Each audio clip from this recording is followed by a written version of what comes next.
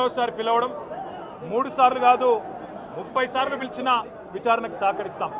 మా మీద కేసులు బనాయించి మమ్మల్ని ఇబ్బంది పెట్టి కమిషన్లు వేసి మమ్మల్ని ఏదో ఇబ్బంది పెట్టినంత మాత్రాన వేధించినంత మాత్రాన ప్రజల తరపున ప్రశ్నించడం బంద్ చేస్తామనుకుంటే అది కాంగ్రెస్ ప్రభుత్వం యొక్క అవివేకం అజ్ఞానం అవుతుంది తప్ప ఇంకోటి కానే కాదు. పెద్దలు కేసీఆర్ గారిని పెద్దలు హరీష్ రావు గారిని కాళేశ్వరం కమిషన్ ముందు కూర్చోబెట్టి మీరు పైశాచికానందం పొందొచ్చు. ఇవాళ ఏసీబీ ముందుకి విచారణకు పిలిపించి కొంత మానసికంగా రాక్షసానందం పొందుతూ ఉండవచ్చు. అవసరమైతే అరెస్ట్ కూడా చేస్తారు కావచ్చు. కానీ ఒకటి పక్కా, తెలంగాణ కోసం గతంలోనే జైలుకు పోయి వచ్చిన వాళ్ళం. హైదరాబాద్ బ్రాండ్ ఇమేజ్ను పెంచే ప్రయత్నంలో భాగంగా హైదరాబాద్ బ్రాండ్ని కాపాడే క్రమంలో తీసుకున్న ఒక నిర్ణయం వల్ల మళ్ళీ జైలుకు పోవాల్సి వచ్చినా భయపడేది లేదు. ఒకసారి కాదు 100 సార్లు అయినా జైలుకు పోతాం, కానీ వదిలిపెట్టాం కాంగ్రెస్ ప్రభుత్వాన్ని, కాంగ్రెస్ పార్టీని. మీరిచ్చిన 420 హామీలు, మీరిచ్చిన దొంగ 6 గ్యారంటీలు, మీరిచ్చిన డిక్లరేషన్లు ఇవాళ మీరు లోకల్ బాడీ ఎన్నికలకు సిద్ధమవుతా ఉన్నారని చెప్పి వార్తలు వస్తూ ఉన్నాయి. రేవంత్ రెడ్డి గారు నిన్ను మొత్తం రాష్ట్రంలోని బీసీ వర్గాల ప్రజలందరూ గమనిస్తున్నారు.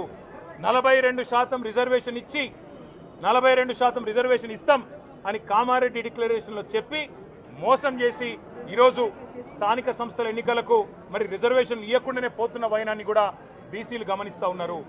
రైతు బంధు పేరిట ఎలక్షన్ బంధుగా మార్చి ఎలక్షన్లు వచ్చినప్పుడు మాత్రమే రైతు బంధు వేస్తున్న విషయాన్ని రైతులు గమనిస్తున్నారు. నెలకు 2500 ఎగ్గొట్టిన విషయాన్ని ఈ రాష్ట్రంలోని మహిళలు గమనిస్తూ ఉన్నారు.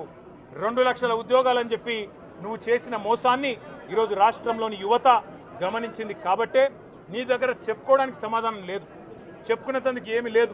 కాబట్టి ఏం చేయాలి, నువ్వు ఏదో ఒక డైవర్షన్ మీద ఏదో ఒక రకంగా ఒక కమిషన్ అని, ఎంక్వైరీ అని, ఏదో జరిగిందని, ఇదిగో పులి అంటే అదిగో తోక అని, నువ్వేమో దున్నపోతు తినిందనగానే నీకు తయారుగా నీ జోడీదారు బీజేపీ రెడీగా ఉన్నాడు.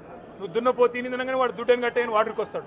మీ ఇద్దరి దొంగ భాగవతం, మీ ఇద్దరి దొంగ నాటకాలు తెలంగాణ ప్రజలకు అర్థమైనాయి. మేము మాత్రం వాళ్ళ పెడితే గిడితే ఒక వ్యక్తినో 2 వ్యక్తులను జైల్లో పెడతావు, కానీ లక్షలాది మంది కేసీఆర్ సైనికులను టచ్ చేసే ధైర్యం నీకు లేదు. తెలంగాణ ప్రజలకు రక్షణ కవచంలాగా ఆనాడు ఉన్నది టీఆర్ఎస్ఏ, ఈరోజు ఉండేది బీఆర్ఎస్ఏ, రేపటికి కూడా స్వీయ రాజకీయ అస్తిత్వమే శ్రీరామ రక్ష అనే విధంగా ముందుకు పోతాం. నువ్వు ఒక్కసారి కాదు 100 సార్లు పిలిచినా వస్తా, 100 సార్లు నిజమే చెప్తా. నువ్వు లై డిటెక్టర్ పరీక్షకు నీకు దమ్ముంటే నువ్వు మగాడివైతే రా, రాష్ట్ర ప్రజలందరూ చూస్తుండగా లై డిటెక్టర్ కూడా రెడీ.